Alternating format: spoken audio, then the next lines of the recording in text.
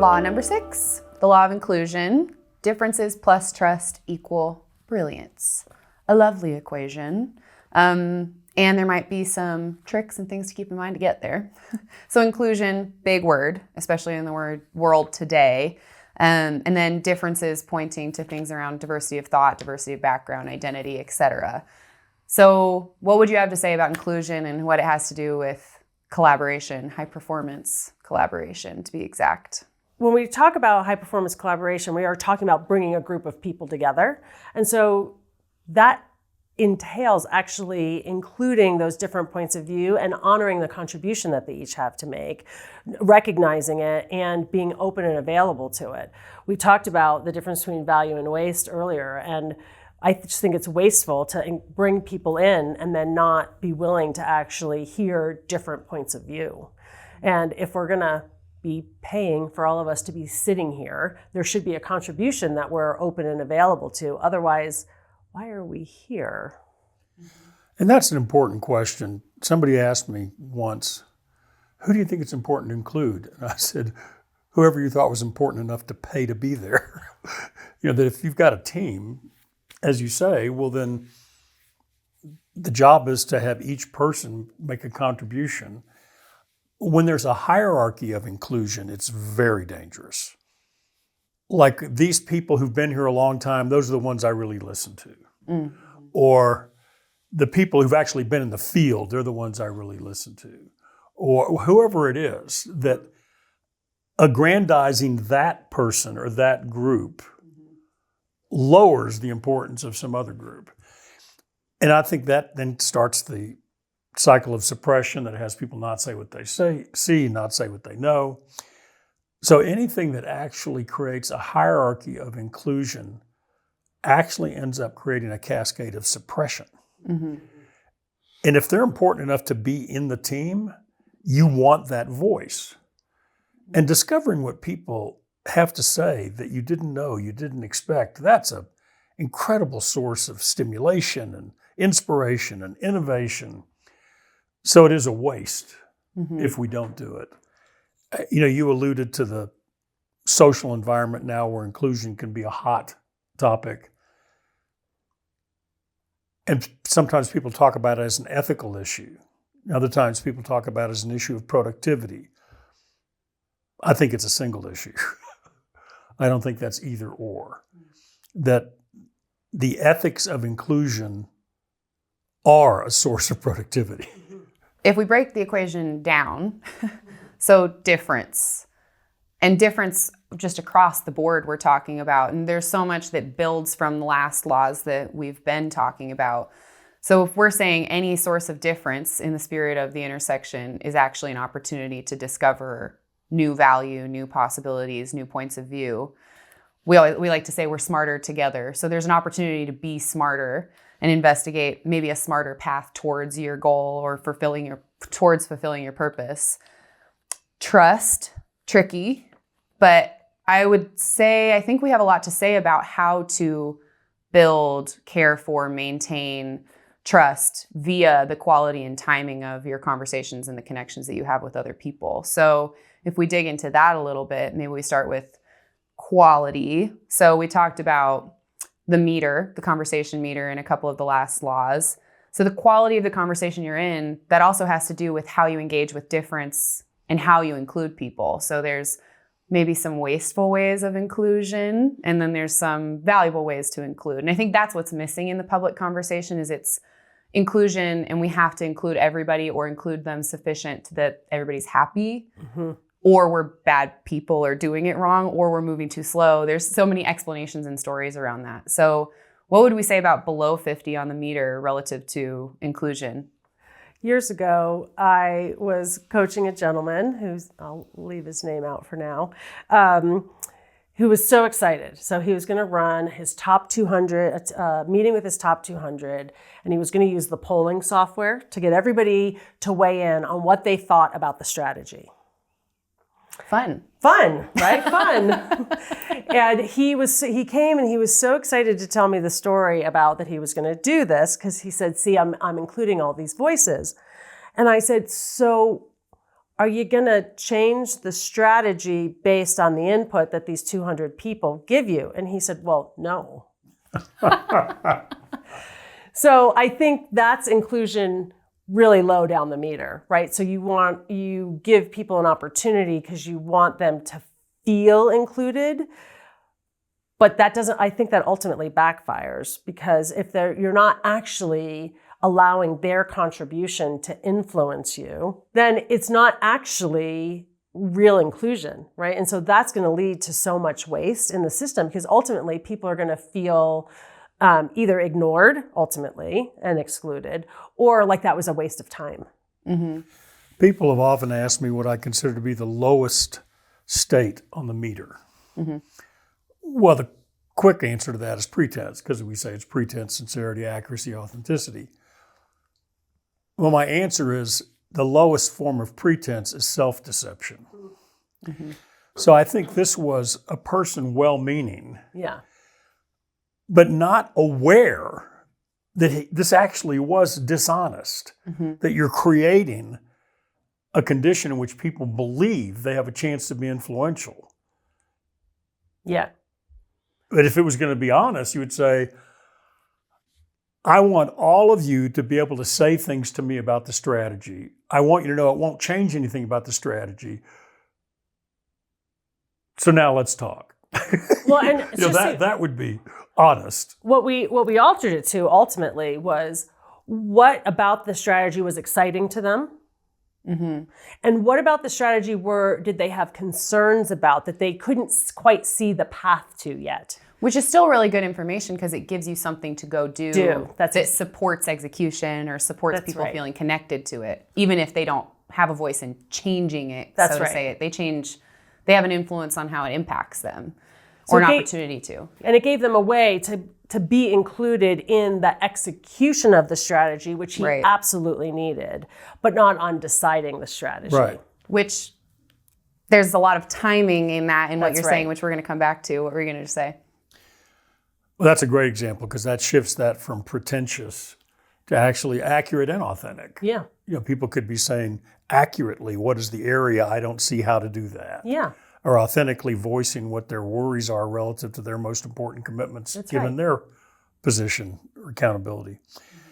I was just thinking, Emerose, about both quality and timing. Mm-hmm. Years ago, we did a lot of work with a company called Tektronix, which since has been purchased by Fluke.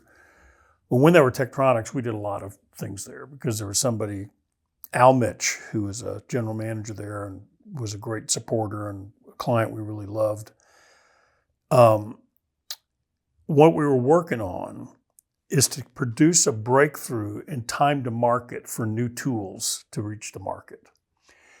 And their average time for the previous generation for anything to reach the market, from the time that they committed to it till actually going to market, was 18 months.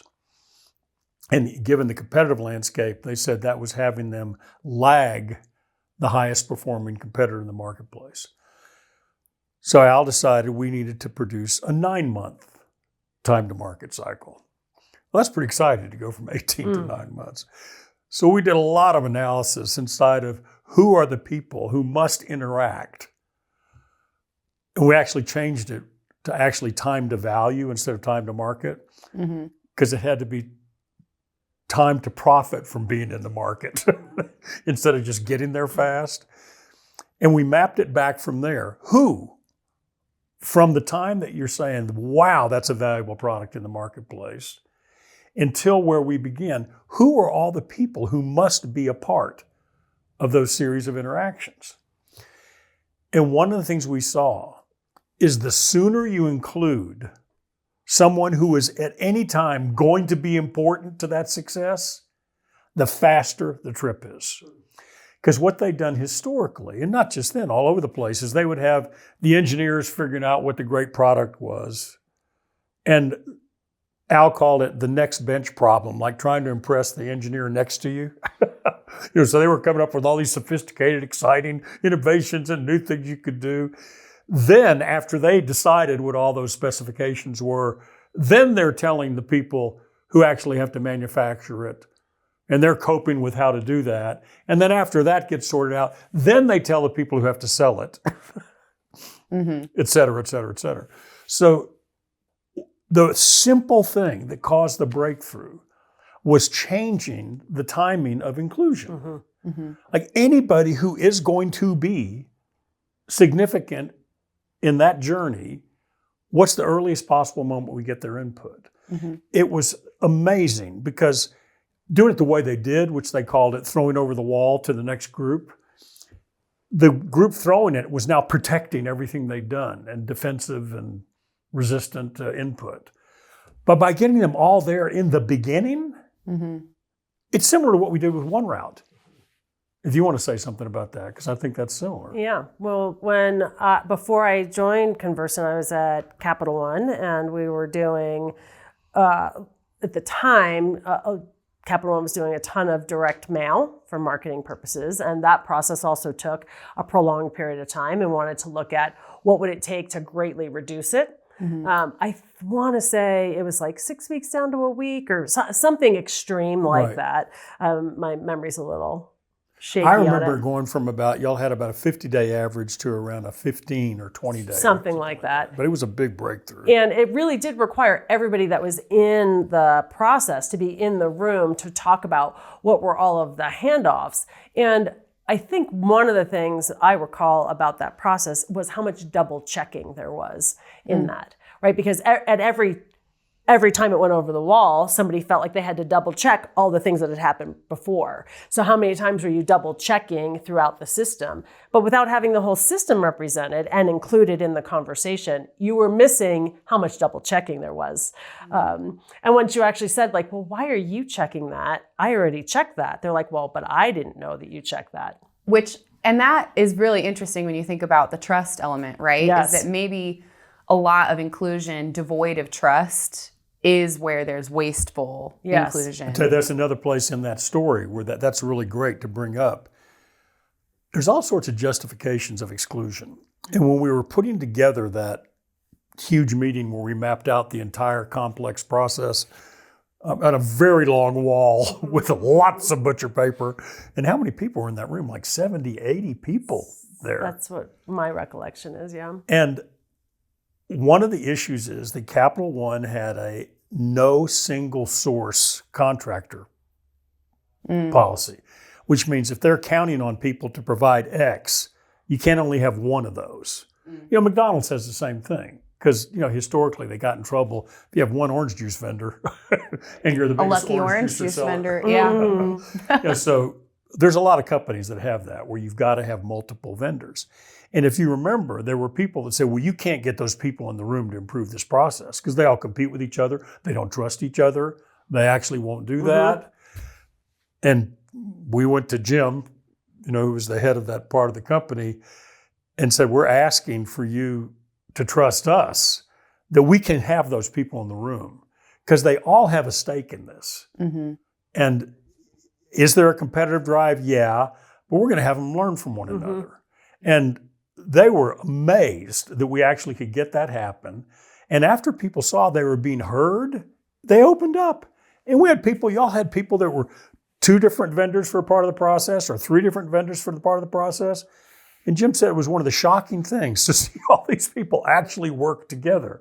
Yeah. Because they were related to, like they had something significant. They had a chance to shine by saying what they saw and what they knew. And it was really exciting. So the differences are all the different people in there without bias. Like, well, we can't have people who compete with each other. God didn't say that. Well, in one of the past laws, we talked about files and the way that we make assumptions. And I think when we talk about difference plus trust equals brilliance and the law of inclusion, files is one of the ones that actually gets in the way of like who can't be included and why they can't be included becomes well justified. And whether that's people outside of the organization that you think, well, they'll never collaborate with us because they're a vendor. Okay, but they have something at stake in this as well. Or somebody in a different department that you think, well, they're just going to be a roadblock or obstructive.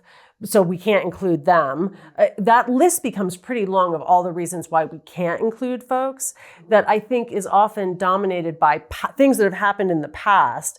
And if we go all the way back to the very first law of teamwork and having a common future, if there are people that are going to be impacted by whatever the work is, and there is a common future in it, you'll be amazed at what people are willing to actually come to if you set the table right for them being listened to and heard and not resisted in those moments, which will be in a future law. Well, and I think there's a flip to that too about the files around who must be included. Yes. That also can use a little bit of shaking up sometimes. Yeah. And we have so many stories. I think that inclusion, this law is such a great test for folks around where they can locate themselves in where are we relative to high performance, or they might be able to see themselves in a lot of these stories where it feels like we're not including enough people and people have stories about that, or we're including too many people and it's taking too long and why do we waste so much time? I know, and going back to the power thing, hierarchy, I know that you have a story about with an aerospace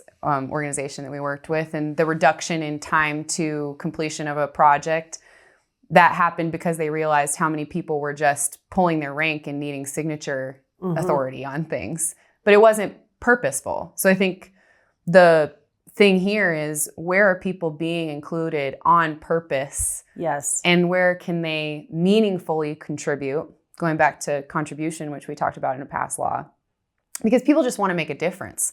It's not that they want a fake opportunity to feel like they were heard or to fill out the survey. Like, this is my opinion. They want to feel like it really had an impact. So where's the place for impact? You just stimulated so many things. Well, we don't have all day. I'm gonna have to try to organize my way of responding to the stuff you just brought up. One of them is that I just want to underline, highlight what you said about our assumptions that have us include or exclude people. And unexamined assumptions are really dangerous about who we include and who we don't. What I thought of there is the radical collaboration effort at the Cornell School of Ornithology, where the short version of the story is they're working on the global bird population and how it moves and what that does to the environment, what it does to food. It's amazing, food supplies. And given some things that were happening in South America, there was a lot of concern because there'd been so many trees taken down to create coffee growing areas. And that meant the birds that were migrating south had no place to land, which was really causing this disruption in the natural movement of birds and what it does to the system. And they did something that people said was just not possible, which is take the environmentalists who were all concerned about that and have them actually talk to the coffee growers who were destroying all the trees. And people went, no, you can't do that. And that's why now they call it was radical collaboration to bring those people together and actually listen to each other and their differences. They started out with enormous resistance and suspicion and hostility, but just the act of them being heard started to soften that. And this is a perfect example of differences leading to brilliance, because what they learned from one another was the fundamental thing is these are people, that's the way they had to make money. And if they could make more money per unit of effort, they're always interested in that. Well, one of the things they came up with, they were showing that in the marketplace, shade-grown coffee was way more profitable. The margins in it were bigger, and whoever provided that was making more money per unit of time, money, and stress. And it was this exciting breakthrough in their association about you could replant trees. We could preserve these forests. You could work less for more money, all of these people who it was their family livelihood, by doing shade-grown coffee. That would not have happened if they didn't take these people that normally thought we can't talk to each other, learn from one another, and create a new possibility. So that's one thing that got stimulated by what you said. Another, however, is I asked years ago, because I've had the chance to work with him in person, Daniel Goleman, what he thought the biggest impediment to emotional intelligence was. And he said, a lack of self-awareness. He said, we just aren't aware of what we're not aware of that impedes our emotional intelligence. And emotional intelligence and the ability to include are, I think, closely related. And that really haunted me for years because I think the lack of self-awareness, like I'm not even aware of the biases I have that have me not include you. Mm-hmm. I'm just gravitating towards, so for example, one of the hard lessons I learned much earlier in my career is I kept hiring people that I was comfortable with. And at that time, we ended up with 500 people who worked in our company. And one of the things, as you know, that is not a hallmark of me is impeccable process management. We had a 500-person blind spot. Like nobody was really great at process management. And what it led to was a huge financial breakdown and embezzlement because we didn't have financial controls. That was a terrible, shocking problem in the company. So what did I learn out of that? I had to learn something to return the investment of that. You had a friend who said, you need to learn a lesson worth $1 million. And the fundamental lesson was I'd been hiring myself for years. Yeah. Instead of finding what are the differences that if they were all here, we are a more effective community. Huge lesson. But and for anyone who's listening, to wake me up. And for anyone who's listening and doesn't know us, this is not Conversant. This is your previous life. Oh yeah. So this is a story from 30 years ago. So, but I want to say that I think that there's two related barriers to inclusion. One of them is this lack of self-awareness. But the other, which might be a subset of this, is an abundance of self-absorption. So for instance, one of the things I see that's an everyday method of exclusion is jargon. I'm showing how cool I am because I'm the one that knows about, and so then we use an initial or a phrase or a thing that people don't even know what that means. But I'm going to use the cool phrase. I'm going to say the hot thing that has 2/3 of the people in the room either feel confused or embarrassed because they don't know, or you see people coming to new companies and there's this acronym language, and yet we've got new people in the room who have no idea what that is. Part of this is self-aggrandizement. I'm making myself important. I'm making myself cool by using only the language that the insiders know. And I think that's a source of exclusion. I was going to say, I think the other one that is a wasteful application of the law of inclusion is just thoughtlessness, right? So, and it goes in both directions, actually. So thoughtlessly including people and not actually being clear on what the contribution is you'd love for them to make, then they don't know how to contribute. And so I always say, you're going to get comments on the font size when that's not necessarily exactly what you were asking for them. But if you're not clear, they're just going to contribute however it occurs to them in the moment. Right. So I think there's thoughtlessness at times in how we include people. And then there's thoughtlessness on the people that we actually should be including that we're not. So maybe that falls in self-awareness, but I also think it's either hurry or rush or just not thinking through what's the thing that we're working on and who do we need to be in that conversation and for what? That's really an important question. Who do we include and for what? Because there's always a dance when you are the leader, so this goes back to position power, between inclusion and direction.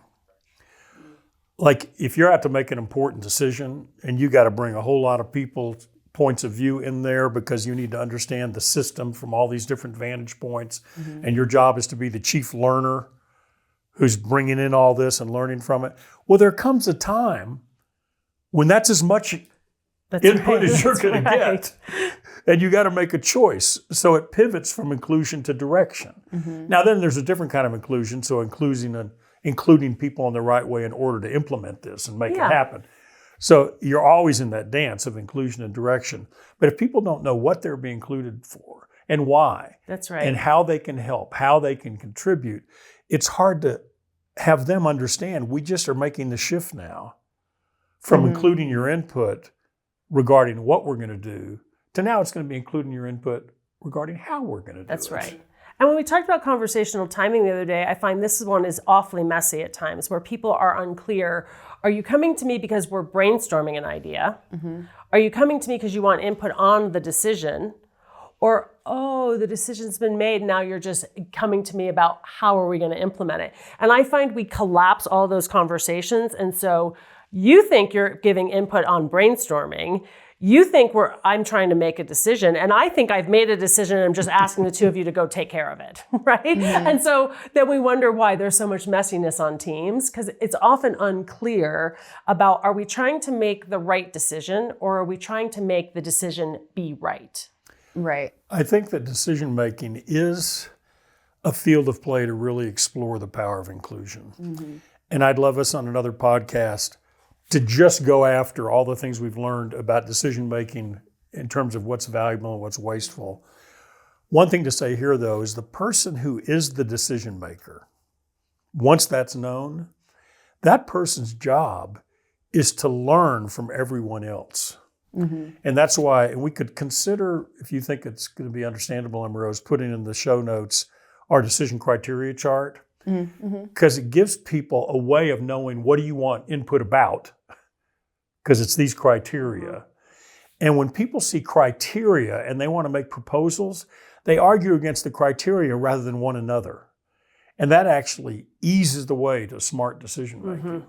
And criteria is a way to communicate how a decision was arrived at. Exactly. It wasn't just based on stories about, well, they have so much say, or they always go this direction, or and people might preference. Yes, and people might be able to see themselves represented in the criteria, right, even if they weren't part of the conversation. Yeah. So yeah, we'll include that. Anything? Well, just one final warning about inclusion is that if people have been historically excluded or not given an opportunity to weigh in, you may suddenly meet a tidal wave of sincere opinions about a particular topic. And how you react in that moment is going to really dictate whether or not people feel like it's safe on an ongoing basis to provide you with that input. We'll say a little bit more about that in the law of resistance. Yeah. I think long time exclusion, when suddenly taken away, what people have to say can come with accumulated discontent.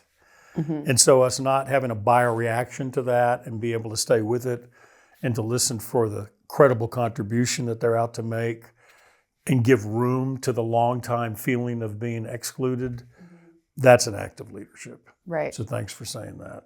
Yeah. And in those cases, strong relationship to purpose to ground you when it's going to be hard. And then just the grace that it's an untrained environment for people. I think that's if we go back to diversity, inclusion, and the efforts that have gone on in the world over the last number of years, some of the challenges have come from people just not knowing how to handle that tidal wave of mess that feels like comes up. But there is a way to make through it. So, all right. Well, this has been the law of inclusion, and the law of resistance is next, and we'll see you then.